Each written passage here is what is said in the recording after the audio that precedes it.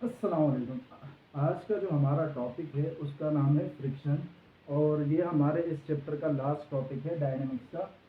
Friction दरअसल हमारे पास एक फोर्स का नाम है, और ये ऐसी फोर्स है जब दो सरफेसेस आपस में एक दूसरे के ऊपर मूव कर रहे हों, यानी दो सरफेसेस रिलेटिव मोशन में हो। कहने का मकसद ये है कि भाई जैसे लेट सपोज मान लो ये एक ज़मीन है, क्लियर। ज़मीन है तो ये एक सरफेस हुई, उसके ऊपर मैंने कोई बॉडी रख दी, ये कोई बॉडी रख दी मैंने उसके ऊपर। अब ये बॉडी आगे की तरफ मूव कर रही है, आगे की तरफ मूव कर रही है।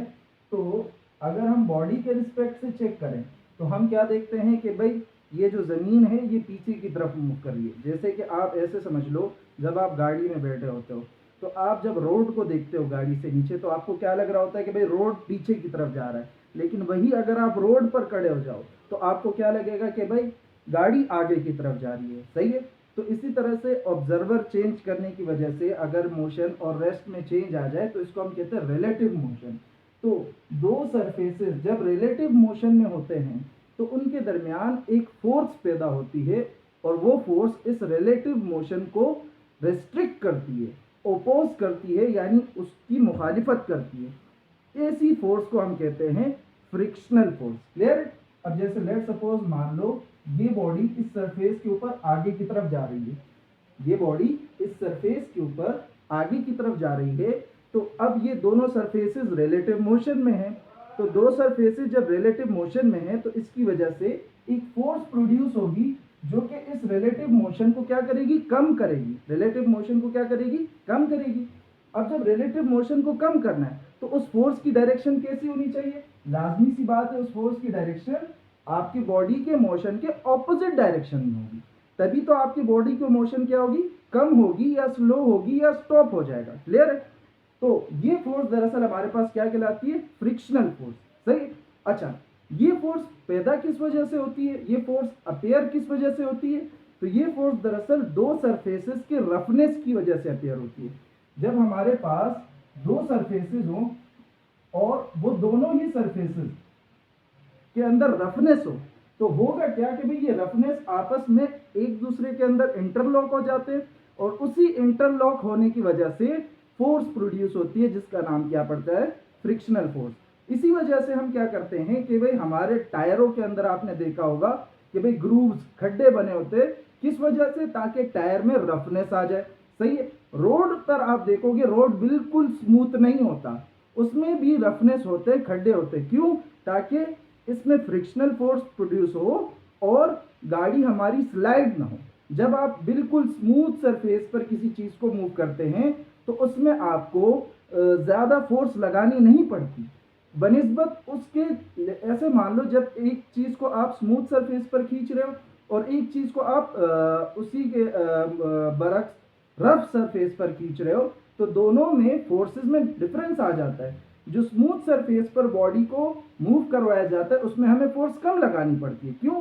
क्योंकि सरफेस स्मूथ है और रफनेस नहीं है, जिसकी वजह से फ्रिक्शनल फोर्स पैदा नहीं होगी। लेकिन अगर सरफेसेस रफ है तो उसकी वजह से क्या होगा, फ्रिक्शनल फोर्स प्रोड्यूस होगी। तो बॉडी को मूव करने के लिए हमें क्या करना पड़ेगा, ज्यादा फोर्स लगानी पड़ेगी, क्लियर। तो फ्रिक्शन क्या है, दरअसल ये फोर्स है जो कि रेजिस्ट करती है, क्या करती है, रेजिस्ट करती है रिलेटिव मोशन को, किसके दरमियान, किसी भी दो सरफेसेस के दरमियान, क्लियर। अच्छा, उसके अलावा इस फ्रिक्शन के बारे में दो इंपॉर्टेंट पॉइंट्स है कि भाई फ्रिक्शन दरअसल एक कांटेक्ट फोर्स है। कांटेक्ट फोर्स यानी जब दो सरफेसेस आपस में जुड़ेंगी तो उसके बाद ये फोर्स अपेयर होती है। अगर तो दो सरफेसेस कांटेक्ट में नहीं है, आपस में जुड़ी हुई नहीं है, तो उस पर उसमें फोर्स प्रोड्यूस नहीं होगी, सही है। अच्छा, और ये जो कांटेक्ट फोर्स जो फ्रिक्शन है ये किस वजह से प्रोड्यूस होती है, सरफेस की रफनेस की वजह से, सरफेस की रफनेस की वजह से ये फोर्स प्रोड्यूस होती है। दूसरी जो चीज है वो क्या है, हमारे पास friction acts parallel to the contact force, contact surface and opposite to the applied force, clear. कहने का मकसद ये है, जैसे आप ये समझ लो ये हमारे पास एक सरफेस हो गया, इसके ऊपर चलने वाली बॉडी का ये दूसरा सरफेस हो गया। अब जो फ्रिक्शनल फोर्स होती है वो मान लो ये बॉडी आगे की तरफ मूव कर रही है, सही है। ये बॉडी के मूवमेंट की डायरेक्शन है। अब जो फ्रिक्शनल फोर्स प्रोड्यूस होती है, वो फ्रिक्शनल फोर्स ये जो सरफेसेस है इसके बिल्कुल पैरेलल होती है। पैरेलल होने का मकसद ये है कि भाई या तो ऐसे होगी या तो बिल्कुल ऐसे होगी। क्लियर है? तो ये जो दोनों सरफेसेस है इसके बिल्कुल पैरेलल होती है फ्रिक्शनल फोर्स, और दूसरी बात इस बॉडी के मोशन के ऑपोजिट डायरेक्शन में होती है। बॉडी के मोशन के ऑपोजिट डायरेक्शन में है तो मतलब ये एरो हमारा किसको रिप्रेजेंट कर रहा है? ये नीचे वाला एरो ये फ्रिक्शनल फोर्स को रिप्रेजेंट कर रहा है, क्योंकि ये एरो बिल्कुल इस सरफेस के साथ क्या है? पैरेलल है। पैरेलल यानी एक साथ जा रहे हैं। सही है? और दूसरी बात कि भाई मोशन की क्या है? बिल्कुल ऑपोजिट है। तो ये दो बातें आपने याद रखनी होंगी कि भाई पहली बात क्या है कि हमारे पास फ्रिक्शन एक कांटेक्ट फोर्स है जो कि हमारे पास रफनेस की वजह से प्रोड्यूस होता है, और दूसरी बात कि भाई जो फ्रिक्शन है वो कांटेक्ट सरफेस यानी वो सरफेस जो आपस में जुड़े हुए हैं उस सरफेस के तो पैरेलल होता है, यानी सरफेस के साथ साथ ही आगे की तरफ बढ़ रहा होता है, लेकिन बॉडी की जो मोशन होता है उसके ऑपोजिट डायरेक्शन में अप्लाई होती है। क्लियर है? अच्छा, इसके बाद आता है हमारे पास एक term limiting friction. Limiting friction जब हमारे पास फ्रिक्शन की सबसे ज्यादा वैल्यू आती है, फ्रिक्शनल फोर्स की जो सबसे मैक्सिमम वैल्यू होती है, उसके बाद बॉडी मूव करना शुरू कर जाए, वो वैल्यू हमारे पास दरअसल कहलाती है लिमिटिंग फ्रिक्शन। क्लियर है? देखो अगर हम यहां पर देखें, मान लो मेरे पास ये एक रफ सरफेस है, ये रफ सरफेस है और इसके ऊपर एक बॉडी को मुझे मूव कराना है। सही है? और इस बॉडी की सरफेस में भी कुछ रफनेस है। ये दोनों रफ सरफेसेस आपस में कांटेक्ट में है।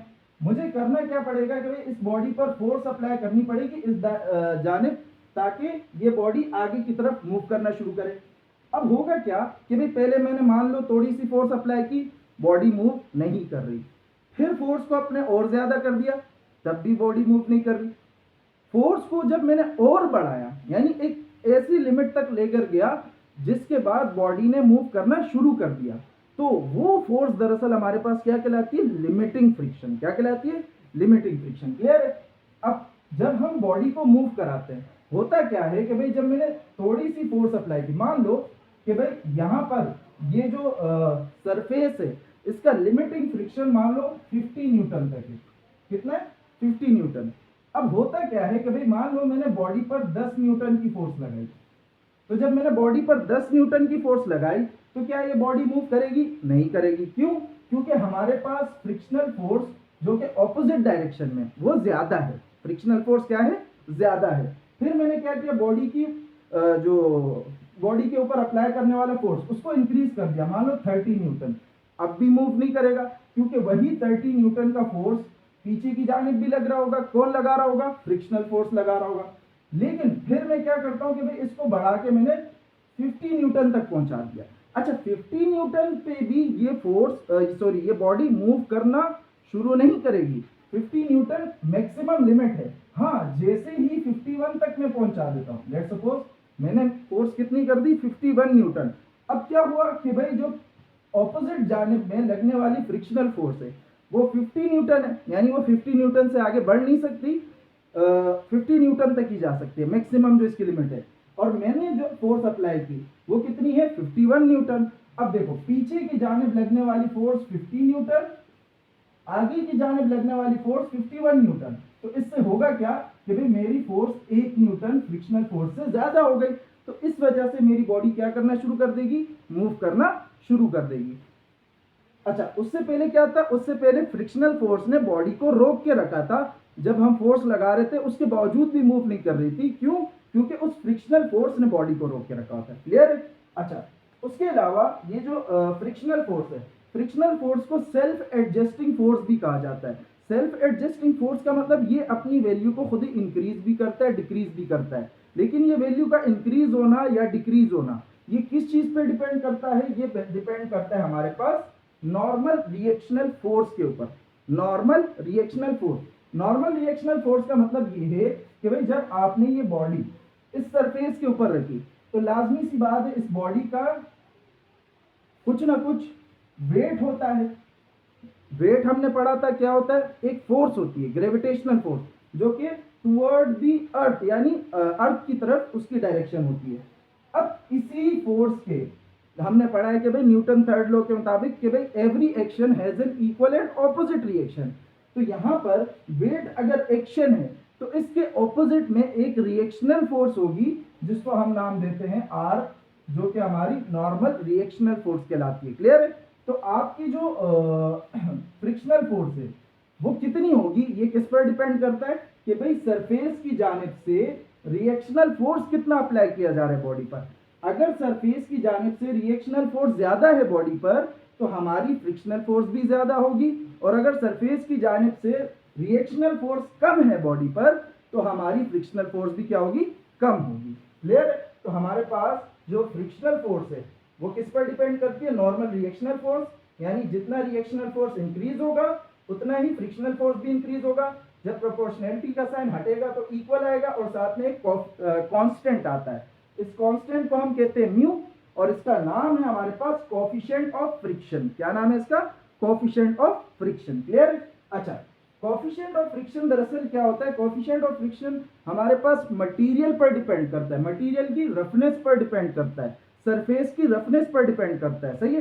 तो जिस सरफेस की रफनेस ज्यादा होगी उसके लिए म्यू ज्यादा आएगा, कोफिशिएंट ऑफ फ्रिक्शन ज्यादा आएगा। जिस सरफेस की रफनेस कम होगी उसके लिए कोफिशिएंट ऑफ फ्रिक्शन कम आएगा। जब कोफिशिएंट ऑफ फ्रिक्शन कम आएगा तो फ्रिक्शनल फोर्स भी कम प्रोड्यूस होगी। क्लियर है? और उसके अलावा हमारे पास लिमिटिंग फ्रिक्शन क्या है, लिमिटिंग फ्रिक्शन हमारे पास फ्रिक्शनल फोर्स की सबसे मैक्सिमम वैल्यू, यानी उस वैल्यू के बाद अगर बॉडी पर फोर्स अप्लाई कर दी जाए तो बॉडी क्या करना शुरू कर देती, मूव करना शुरू कर देती है। सही है? अच्छा, एक चीज मैंने आपको बताई कि भाई जो फ्रिक्शनल फोर्स है ये हमारे पास सेल्फ एडजस्टिंग फोर्स है। सेल्फ एडजस्टिंग फोर्स को आप ऐसे समझ सकते हो कि भाई जैसे अभी मैंने आपको बताया कि यहाँ पर लेट सपोज ये हमारे पास एक रफ सरफेस है और इसके ऊपर मैंने बॉडी को रखा, इस बॉडी को अभी हमने मूव करवाना है। सही है? तो यहाँ पर दो सरफेसेस कांटेक्ट में आ गए, जब भी दो सरफेसेस कांटेक्ट में आएंगे तो फ्रिक्शनल फोर्स होगी।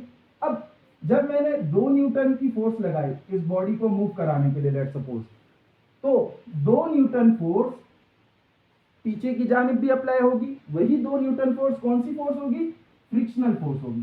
क्लियर है? तो फ्रिक्शनल फोर्स भी 2 न्यूटन होगी।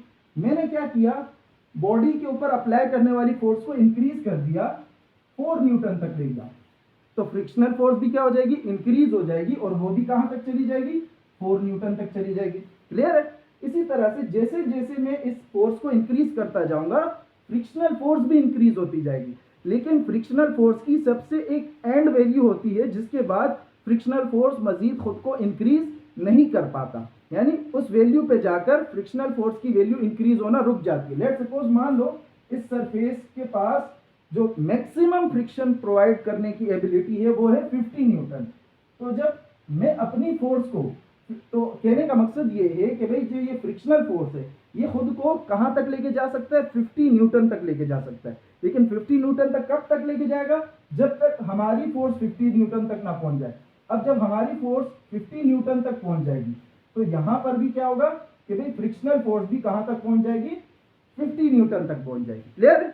अच्छा, 50 न्यूटन तक जब फ्रिक्शनल फोर्स पहुंच गई, हमारी फोर्स पहुंच गई, तो ये जो मैक्सिमम वैल्यू होती है फ्रिक्शनल फोर्स की ये क्या कहलाती है, लिमिटिंग फ्रिक्शन। अब इसके बाद अगर मैं मजीद अपनी फोर्स को इंक्रीज करता हूं तो बॉडी क्या करेगी, मूव करना शुरू कर देगी। बॉडी क्या करेगी, मूव करना शुरू कर देगी। क्यों? क्योंकि फ्रिक्शनल फोर्स की ये लास्ट वैल्यू थी, इसके बाद फ्रिक्शनल फोर्स खुद मजीद खुद को इंक्रीज नहीं कर पाता। क्लियर है? तो ये जो लास्ट वैल्यू होती है फ्रिक्शनल फोर्स की जिसके बाद वो खुद को इंक्रीज नहीं कर पाता, ये वैल्यू कहलाती है लिमिटिंग फ्रिक्शन। और उसके बाद अगर मजीद फोर्स इंक्रीज की जाए बॉडी पर तो हमारी बॉडी क्या करेगी, मूव करना स्टार्ट कर देगी। क्लियर? अच्छा, उसके बाद आ जाता है कि भाई अगर हम इस कोएफिशिएंट ऑफ फ्रिक्शन को डिफाइन करें तो किस तरह से डिफाइन कर सकते हैं। अगर आप यहां पर देखो तो ये एस जो हमने लगाया हुआ है ये दरअसल हमारे पास लिमिटिंग फ्रिक्शन को शो कर रहा है, और यहाँ पर एस से मुराद स्टैटिक है। एस से मुराद क्या है, स्टैटिक। अभी हम आगे देखेंगे कि स्टैटिक फ्रिक्शन होता क्या है। अभी के लिए इतना समझ लो कि भाई स्टैटिक फ्रिक्शन वो फ्रिक्शनल फोर्स होती है जो कि बॉडी को रोक के रखती है, क्योंकि स्टैटिक का मतलब क्या होता है कि भाई बॉडी रुकी हुई है।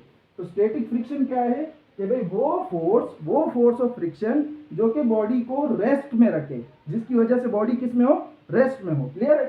अच्छा, अब आ जाते हैं हमारे पास यहाँ पर कि भाई यहाँ से अगर हम म्यू को निकालना चाहें तो हमारे पास रिलेशन है F S equals to mu R. सही है? आर यहाँ मल्टीप्लायर है तो यहाँ आके डिवाइड हो जाएगा, तो ये बन जाएगा हमारे पास F S upon R. Clear है? तो यहाँ से हम देख सकते हैं कि भाई ये जो फ्रिक्शनल फोर्स का लिमिटिंग फ्रिक्शन है, इसका और रिएक्शनल फोर्स, इन दोनों का जो रेशियो होता है, ये दरअसल हमें क्या प्रोवाइड करता है, कोफिशिएंट ऑफ फ्रिक्शन प्रोवाइड करता है। क्या प्रोवाइड करता है? Coefficient of friction. और ये कोफिशिएंट ऑफ फ्रिक्शन मटेरियल की रफनेस के साथ चेंज होता रहता है। जिस मटेरियल की रफनेस जितनी ज्यादा होगी उसका कोफिशिएंट ऑफ फ्रिक्शन उतना ही ज्यादा आएगा। क्लियर? तो कोफिशिएंट ऑफ फ्रिक्शन क्या है? Ratio between limiting friction and normal force. Ratio between limiting friction and normal force is constant, और इसको क्या कहा जाता है? कोफिशिएंट ऑफ फ्रिक्शन कहा जाता है। क्लियर है? अच्छा, रेशियो का मतलब होता है डिवाइड करना, और ऐसी दो चीजों को डिवाइड करना जिनका यूनिट सेम हो। तो ये ऊपर भी फोर्स है तो न्यूटन, नीचे भी फोर्स है तो न्यूटन, न्यूटन से न्यूटन कैंसिल। तो इसी वजह से म्यू जो आता है हमारे पास, यानी कोफिशिएंट ऑफ फ्रिक्शन, इसका कोई यूनिट नहीं होता। हमेशा याद रखना, रेशियो एक तो दो सिमिलर यूनिट्स के दरमियान निकाला जाता है, और उसके अलावा रेशियो का कोई यूनिट नहीं होता। क्लियर है? इसी वजह से यहाँ पर कोफिशिएंट ऑफ फ्रिक्शन का भी कोई यूनिट नहीं है। अच्छा, उसके बाद अगर मान लो ये जो let suppose if the body is placed on surface and its weight acts downward, then according to Newton third law, जो कि अभी हमने देखा कि भाई अगर बॉडी अर्थ के सरफेस पर रखी हुई है तो उसकी जो वेट होगी वो डाउनवर्ड होगी। क्लियर है? उसका वेट कहाँ एक्ट कर रहा होगा? डाउनवर्ड एक्ट कर रहा होगा। और न्यूटन के थर्ड लॉ के मुताबिक जितना एक्शन होगा सरफेस उतना ही रिएक्शनल फोर्स शो करेगा। क्लियर है? तो यहां से हम ये कह सकते हैं कि भाई वेट जो है दरअसल किसके बराबर हो गया? नॉर्मल रिएक्शनल फोर्स के बराबर हो गया। वेट नॉर्मल रिएक्शनल फोर्स के तभी बराबर आता है जब बॉडी अर्थ के सरफेस पर रखी हुई हो। लेट सपोज अगर कोई ऐसी सिचुएशन बन जाए कि भाई सरफेस कुछ इस तरह की हो, ये नीचे वाली सरफेस अर्थ की सरफेस है और ऊपर वाली सरफेस वो सरफेस है जिस पर मैं बॉडी को मूव करवा रहा हूं। क्लियर है? तो अब जो होगा, अब वेट तो डाउनवर्ड एक्ट करेगा, वेट तो अभी भी कहां एक्ट करेगा? डाउनवर्ड एक्ट करेगा, लेकिन नॉर्मल रिएक्शनल फोर्स बिल्कुल इसके ऑपोजिट नहीं होगी। क्यों? क्योंकि ये बॉडी अर्थ के सरफेस पर नहीं रखी हुई। अब जो नॉर्मल रिएक्शनल फोर्स की डायरेक्शन होगी वो किस तरह की होगी? इस तरह की होगी। क्लियर है? अच्छा, तो इस सूरत में हमारे पास जो नॉर्मल रिएक्शनल फोर्स और वेट ये दोनों बराबर नहीं होते, ये दोनों बराबर नहीं होते। तो आपने एक चीज याद रखनी है कि वेट और नॉर्मल रिएक्शनल फोर्स तभी बराबर होंगे जब बॉडी बिल्कुल अर्थ के सरफेस पर रखी हुई हो। क्लियर है? तो जब बॉडी अर्थ के सरफेस पर रखी हुई होगी तो वेट और नॉर्मल रिएक्शनल फोर्स बराबर हो जाएंगे।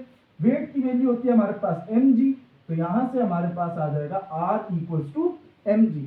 तो अगर हम देखें भाई r वेट के बराबर और वेट mg के बराबर, तो हमारे पास फ्रिक्शन का फॉर्मूला क्या बन जाएगा? म्यू, और r की जगह क्या आ जाएगा? यहाँ पर mg आ जाएगा। क्लियर है? तो इस फॉर्मूले को आपने याद रखना है, इसको हम न्यूमेरिकल्स में इस्तेमाल करेंगे। अब आ जाते हैं टाइप्स ऑफ फ्रिक्शन के ऊपर। टाइप्स ऑफ फ्रिक्शन में ये है, सबसे पहले टाइप आती है स्टैटिक फ्रिक्शन।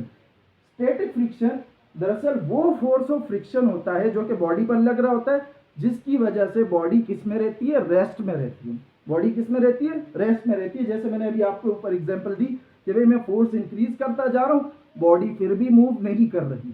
तो इस टाइम पर जब बॉडी मूव नहीं कर रही होती, बॉडी रेस्ट में होती है, तो उस टाइम पर जो फ्रिक्शनल फोर्स होती है वो दरअसल हमारे पास क्या कहलाती है? स्टैटिक फ्रिक्शन कहलाती है। क्या कहलाती है? Static friction. क्लियर है? तो it is a force acting on an object at rest that resist its ability to start moving. Clear है? अच्छा, उसके बाद इसी स्टैटिक फ्रिक्शन की जो मैक्सिमम वैल्यू होती है कि भाई स्टैटिक फ्रिक्शन की एक लास्ट वैल्यू होगी, उसके बाद बॉडी मूव करना शुरू कर देगी, तो वो जो लास्ट वैल्यू होती है स्टैटिक फ्रिक्शन की वो हमारे पास कहलाती है लिमिटिंग फ्रिक्शन। क्लियर है? अच्छा, अब जब हमने अपनी फोर्स को लिमिटिंग फ्रिक्शन से भी बढ़ा दिया तो बॉडी क्या करना शुरू कर देगी? मूव करना शुरू कर देगी। तो जब बॉडी मूव करना शुरू करती है उस टाइम पे भी दोनों सरफेसेस के दरमियान क्या होता है? फ्रिक्शन होता है, लेकिन उस फ्रिक्शन को फिर हम क्या नाम देते हैं? काइनेटिक फ्रिक्शन नाम देते हैं। काइनेटिक का वर्ड आपको पता है भाई, काइनेटिक काइनेमा से निकला है जिसका मतलब होता है मोशन। तो काइनेटिक फ्रिक्शन कौन सी फ्रिक्शन होती है? वो फ्रिक्शन जो कि रेजिस्ट करती है मोशन को रोकती है। कब? जब बॉडी मूव कर रही हो, बॉडी क्या कर रही हो? मूव कर रही हो। और स्टैटिक फ्रिक्शन वो फोर्स ऑफ फ्रिक्शन है जो कि बॉडी की मूवमेंट को स्टार्ट होने से रोके, बॉडी की मूवमेंट को स्टार्ट होने से रोक रही है, तो वो force of friction static friction. लेकिन अगर बॉडी मूव कर रही है और उसकी मूवमेंट को अपोज करने के लिए कोई फोर्स लग रही है, कोई फोर्स ऑफ फ्रिक्शन लग रही है, तो वो कहलाएगी काइनेटिक फ्रिक्शन। क्लियर है? लेकिन काइनेटिक फ्रिक्शन के सिचुएशन में ये होता है कि भाई हमारी जो फोर्स होती है बॉडी को मूव कराने वाली और लगने वाली फ्रिक्शनल फोर्स होती है, इन दोनों में फर्क क्या होता है कि भाई हमारी फोर्स ज्यादा होती है और काइनेटिक फ्रिक्शन की वैल्यू कम होती है, इसी वजह से बॉडी मूव कर रही होती है। उसके अलावा हमारे पास एक और चीज है कि भाई काइनेटिक फ्रिक्शन की वैल्यू हमेशा स्टैटिक फ्रिक्शन से कम होती है। काइनेटिक फ्रिक्शन की वैल्यू हमेशा स्टैटिक फ्रिक्शन से क्या होती है? कम होती है। क्यों कम होती है? क्योंकि अगर काइनेटिक फ्रिक्शन की वैल्यू स्टैटिक फ्रिक्शन से कम ना होती तो बॉडी तो मूव ही ना करती। क्लियर है? तो स्टैटिक फ्रिक्शन की वैल्यू ज्यादा होती है, इसी वजह से वो बॉडी को रोक के रखती है। काइनेटिक फ्रिक्शन की वैल्यू कम होती है, इसी वजह से बॉडी मूव करना शुरू कर देती है। क्लियर है? तो ये दो बातें आपने ध्यान में रखनी है कि भाई काइनेटिक फ्रिक्शन की वैल्यू हमेशा स्टैटिक फ्रिक्शन से कम होती है, इसी वजह से बॉडी मूव करना शुरू कर देती है। उसके बाद आ जाता है भी काइनेटिक फ्रिक्शन में हमारे पास दो टाइप के फ्रिक्शन होते हैं, एक होता है स्लाइडिंग फ्रिक्शन, एक होता है रोलिंग फ्रिक्शन। क्लियर? तो जब बॉडी मूव कर रही होती है, या तो बॉडी सरफेस के ऊपर स्लाइड करेगी या तो बॉडी सरफेस के ऊपर रोल करेगी। स्लाइड करने से मिसाल ऐसे ले लो कि भाई जैसे आप ब्लॉक है, कोई ब्लॉक है उसको आप सरफेस के ऊपर खींच रहे हो, तो ये क्या है? स्लाइड करना। जैसे एक टेबल है, टेबल को आप धक्का मार रहे हो, तो ये क्या है? स्लाइड करना। लेकिन उसी टेबल के नीचे अगर आप टायर लगा दो, तो अब जब आप टेबल को धक्का मारोगे तो उस टाइम पर बॉडी स्लाइड नहीं कर रही बल्कि क्या कर रही है? रोल कर रही है। टायर क्या कर रहे होते? घूम रहे होते हैं ना। तो इसी वजह से हम कहते हैं कि भाई अब जो फ्रिक्शन है, अब जो फ्रिक्शन है वो क्या है? दरअसल रोलिंग फ्रिक्शन है। क्लियर है? तो बॉडी जब मूव कर रही होगी तो उस टाइम पे दो तरह के फ्रिक्शन हो सकते हैं, या तो स्लाइडिंग फ्रिक्शन, अगर बॉडी स्लाइड कर रही है तो स्लाइडिंग फ्रिक्शन, लेकिन अगर बॉडी रोल कर रही है सरफेस के ऊपर तो ये ऐसी फ्रिक्शन क्या कहलाती है? Rolling friction. और हमेशा याद रखना रोलिंग फ्रिक्शन जो होता है वो स्लाइडिंग फ्रिक्शन से कम होता है। इसी वजह से आप ऑब्जर्व करोगे कि भाई जब भी हम टायर लगाते हैं तो बॉडी को मूव कराना आसान हो जाता है बनिस्बत बगैर टायरों के। क्लियर है? अब ऐसा होता क्यों है कि भाई स्लाइडिंग फ्रिक्शन की वैल्यू ज्यादा होती है और रोलिंग फ्रिक्शन की वैल्यू कम होती है? तो वजह ये होती है कि भाई जब आप स्लाइड करवाएंगे किसी बॉडी को, लेट सपोज मान लो ये बॉडी इस सरफेस के ऊपर स्लाइड कर रही है, तो आप देखोगे कि भाई इस बॉडी का जो सरफेस है और नीचे का जो सरफेस है, जो मतलब कहने का मकसद ये है कि भाई कांटेक्ट सरफेस क्या है? यहाँ पर ज्यादा है। लेकिन इसी के बनिस्बत अगर मैं इसके नीचे टायर लगा दूं, अब अगर ये सरफेस के ऊपर मूव कर रही है तो इस बॉडी का सिर्फ ये हिस्सा इसके साथ कांटेक्ट में है और ये हिस्सा इसके साथ कांटेक्ट में है। और अगर इस सिचुएशन में देखो तो बॉडी का ये लंबा सा हिस्सा सरफेस के साथ कांटेक्ट में है, तो यहाँ पर एरिया ऑफ कांटेक्ट ज्यादा है, यहाँ पर एरिया ऑफ कांटेक्ट कम है। इसी वजह से हमारे पास रोलिंग फ्रिक्शन की वैल्यू कम हो जाती है और स्लाइडिंग फ्रिक्शन की वैल्यू ज्यादा हो जाती है। तो आपने ये चीज याद रखनी है कि जितना एरिया ऑफ कांटेक्ट बढ़ेगा उतना ही फ्रिक्शन इंक्रीज होगा और जितना एरिया ऑफ कांटेक्ट घटेगा उतना ही फ्रिक्शनल वैल्यू कम होगी। क्लियर है?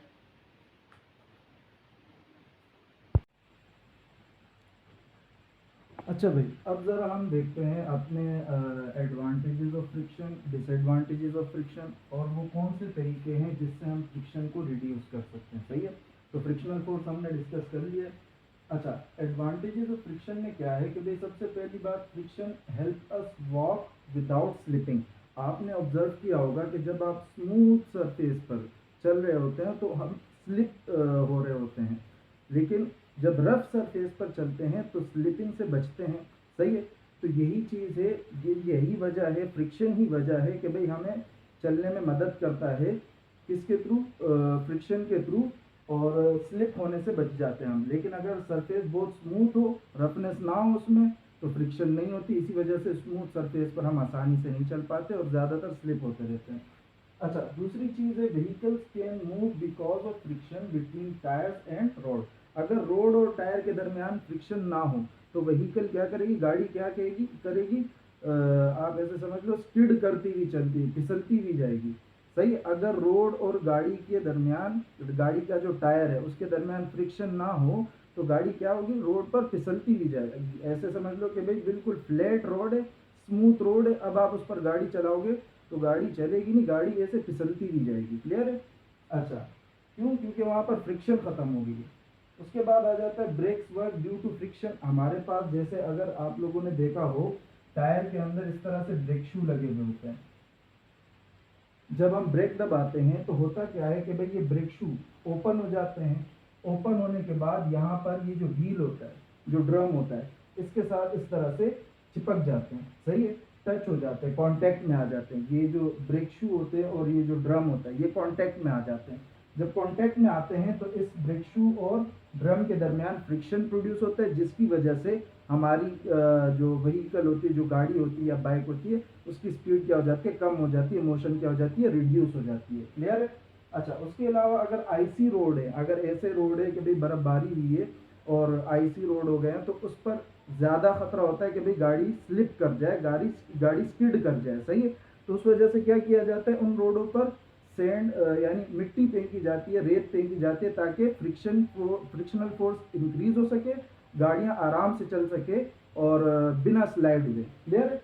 अच्छा, एक और एडवांटेज है कि भाई tyre grooves increase grip on road. सही है, टायर के अंदर जो ग्रूव्स बने होते हैं, ग्रूव नहीं, जो गड्ढे बने होते हैं टायरों के अंदर, जो मार्क्स बने होते हैं, ये क्या करते हैं, ये फ्रिक्शन को इंक्रीज करवाते हैं। जितने ज़्यादा खड्डे होंगे उतनी रफनेस इंक्रीज होती जाएगी, रफनेस इंक्रीज होगी तो फ्रिक्शनल फोर्स भी इंक्रीज होगी। उसके अलावा ABS anti lock braking system uses friction to improve vehicle control. Vehicle control को इम्प्रूव करने के लिए एबीएस एंटी लॉक सिस्टम जो है, एबीएस सिस्टम जो है हमारे पास, एंटी लॉक ब्रेकिंग सिस्टम, ये किसको इस्तेमाल करता है, फ्रिक्शन को इस्तेमाल करता है, ताकि व्हीकल के कंट्रोल को इम्प्रूव किया जा सके। इसका मतलब ये है कि भाई जब हम ब्रेक दबाते हैं, जब अगर आप लोगों ने गाड़ी चलाई हो तो ब्रेक जब दबाया जाता है तो स्टेयरिंग का कंट्रोल थोड़ा सा डिसबैलेंस हो जाता है, और उसके अलावा गाड़ी के स्किड होने का भी खतरा होता है। तो ये एबीएस सिस्टम जो है, एंटी लॉक ब्रेकिंग सिस्टम, ये करता क्या है कि भाई जैसे ही गाड़ी का टायर रोड पर स्किड करता है तो ये ब्रेक को रिलीज कर देता है। रिलीज करने से की वजह से क्या होता है, टायर दोबारा घूमना शुरू करता है, लेकिन ब्रेक को रिलीज करता है बिल्कुल थोड़ी सी देर के लिए, एक छोटे से फ्रैक्शन ऑफ टाइम के लिए। क्लियर है? अच्छा, इसमें ये नहीं होता कि भाई आपको ब्रेक पेडल से पैर हटाना पड़ता है। ब्रेक पेडल पे आपने पैर रखा हुआ होता है, लेकिन उसके बावजूद भी एबीएस सिस्टम क्या करता है कि भाई जब गाड़ी रुकने वाली होती है, जब आप गाड़ी रोकने के लिए ब्रेक दबाते हैं, तो अगर गाड़ी का टायर स्किड करने लग जाता है तो एबीएस सिस्टम उस ब्रेक को रिलीज कर देता है, ताकि टायर रोल करना शुरू करे। जैसे ही टायर रोल करना शुरू करता है, एबीएस सिस्टम वापस ब्रेक पकड़ लेता है। क्लियर है? तो ऐसे करते करते करते करते हमारी गाड़ी की स्पीड क्या हो जाती है, कम हो जाती है, और उसी वजह और इसके साथ हमारी गाड़ी स्किड होने से भी बच जाती है। क्लियर है? तो ये सारे हमारे पास एडवांटेजेस थे फ्रिक्शन के। अब आ जाते हैं जरा डिसएडवांटेजेस पर। डिसएडवांटेजेस में क्या है भाई, waste of energy in the form of heat. अब जैसे हमारे हाथ है, सही, ये दो हाथ है, इनको जब मैं आपस में एक दूसरे के ऊपर मूव करवाऊंगा तो हमारे हाथों में भी रफनेस होती है। रफनेस की वजह से इसमें क्या प्रोड्यूस होगा, फ्रिक्शन प्रोड्यूस होगा, क्योंकि दो सरफेसेस कांटेक्ट में आ गए। अब कांटेक्ट में आने के बाद रिलेटिव मोशन कर रहे हैं। रिलेटिव मोशन की मुराद क्या है कि भाई ये अगर पीछे जा रहे हैं तो ये आगे जा रहा है, दूसरा हाथ। सही है, तो उस वजह से दोनों के दरमियान क्या प्रोड्यूस हो रहा है, फ्रिक्शनल फोर्स प्रोड्यूस हो रहा है, और वो जो फ्रिक्शनल फोर्स होती है वो हीट के फॉर्म में लॉस हो रही होती है। सही है, जब आप हाथ इस तरह से करते हैं तो गर्माइश पैदा होती है। गर्माइश क्यों पैदा होती है, फ्रिक्शनल फोर्स की वजह से। तो हमारे पास एनर्जी वेस्ट होती है किस फॉर्म में, इन द फॉर्म ऑफ हीट, जहां कहीं भी फ्रिक्शन होगा। उसके अलावा causes wear and tear of machine part. जो मशीन के पार्ट्स होते हैं हमारे पास, अगर उनके दरमियान फ्रिक्शन होती है तो उससे क्या होगा कि भाई मशीन के पार्ट्स टूट सकते हैं। जैसे कि आप लोगों ने अगर बाइक वगैरह का इस्तेमाल या साइकिल वगैरह का इस्तेमाल किया हो, तो उसमें आप लोगों ने देखा होगा कि जब हमारी चेन को जंग लग जाता है तो चेन पे टक टक टक टक टक टक की आवाज़ें करना शुरू करता है, और एक टाइम ऐसा आता है टूट भी जाता है। सही है, होता क्यों है, क्योंकि उसमें फ्रिक्शन बढ़ जाती है। लेकिन उसी चेन को जब हम ऑयल लगा देते हैं, ग्रीस लगा देते हैं, तो उसमें से वो आवाज़ भी ख़त्म हो जाती है, और चेन की यानी टूटने की वो भी खतरा भी कम हो जाता है। क्यों? क्योंकि हमने फ्रिक्शन को रिड्यूस कर दिया होता है वहाँ पर। इसी तरह से तीसरी चीज़ क्या है कि भाई रिड्यूसेस मशीन एफिशिएंसी। भाई जहाँ मशीन के अंदर फ्रिक्शन होगी तो वो मशीन की एफिशिएंसी को कम करेगा। एफिशिएंसी कम करने का मतलब जहाँ इतना काम करके दे रही है मशीन, वहाँ फिर इतना काम करके देगी। सही है? तो मशीन का वर्क कम कर देना, ये कहलाता है मशीन की एफिशिएंसी को कम करना। सही है? अच्छा, उसके अलावा produces high temperature between moving parts. जो दो मूविंग पार्ट्स होते हैं उनके दरमियान क्या होता है, इसमें हाई टेम्परेचर प्रोड्यूस होता है। तो ये जो है हमारे पास दरअसल फ्रिक्शन के डिसएडवांटेजेस है। उसके बाद किसी दो सरफेसेस के दरमियान फ्रिक्शन है और मुझे उस फ्रिक्शन को रिमूव करना है, फ्रिक्शन को कम करवाना है, तो उसके लिए हम क्या क्या कर सकते हैं। सबसे पहली बात कि भाई अगर मुझे जैसे मिसाल के तौर पे गाड़ी मान लो, अगर गाड़ी के पास टायर ना होते तो गाड़ी सीधे रोड पर, और रोड पर हम उसको घसीट रहे होते हैं तो बहुत मुश्किल हो जाती चलाने के लिए। सही है? तो इसी तरह से मैंने आपको एग्जांपल भी दी कि भाई अगर आप किसी बॉक्स को खींच रहे हो, सही है, सरफेस के ऊपर, उसके बजाय आप क्या कर दो, उस बॉक्स के नीचे टायर लगा दो, तो उस बॉक्स को खींचना क्या हो जाएगा, आसान हो जाएगा। क्यों? क्योंकि टायर में रोलिंग फ्रिक्शन आता है और जब सरफेसेस कांटेक्ट में थे तब स्लाइडिंग फ्रिक्शन था, और sliding friction is greater than rolling friction. तो हमारे पास क्या किया जाता है, व्हील्स को इस्तेमाल किया जाता है, पुलीज को इस्तेमाल किया जाता है। पुली जो आपने देखा होगा कि भाई जो कुएं से बाल्टियों के थ्रू पानी खींचते हैं, तो उसमें भी क्या किया गया होता है कि भाई ऊपर एक व्हील लगाया गया होता है। सही है? वो व्हील क्या करता है कि भाई फ्रिक्शन को रिड्यूस करता है, और जब फ्रिक्शन रिड्यूस करते हैं तो फिर वो बहुत भारी बाल्टी भी बड़े आराम से हम खींच लेते हैं, यानी छोटी सी फोर्स से एक बड़ी बाल्टी हम खींच लेते हैं। तो व्हील्स और पुलीज का इस्तेमाल करके हम अपने फ्रिक्शन को रिड्यूस कर सकते हैं। उसके अलावा बेयरिंग्स का इस्तेमाल करके, बॉल बेयरिंग्स जो हमारे गाड़ी के टायर्स वगैरह में लगे होते हैं, उसका इस्तेमाल करके हम फ्रिक्शन को रिड्यूस कर सकते हैं।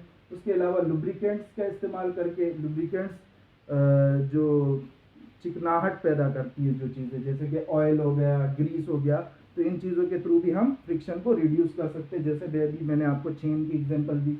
उसके अलावा ग्रेफाइट, ग्रेफाइट भी हमारे पास लुब्रिकेंट के तौर पर इस्तेमाल किया जाता है, पाउडर जैसा होता है। आप अपने पेंसिल जो आपका होता है, पेंसिल की जो निप होती है वो भी ग्रेफाइट की बनी होती है। अब आप उसको देखोगे कि वो बिल्कुल स्मूथ होती है। जब भी आपने अगर पेंसिल तोड़ के देखी हो तो उसके अंदर की जो निप होती है, जो नोक होती है, वो बिल्कुल स्मूथ सी होती है।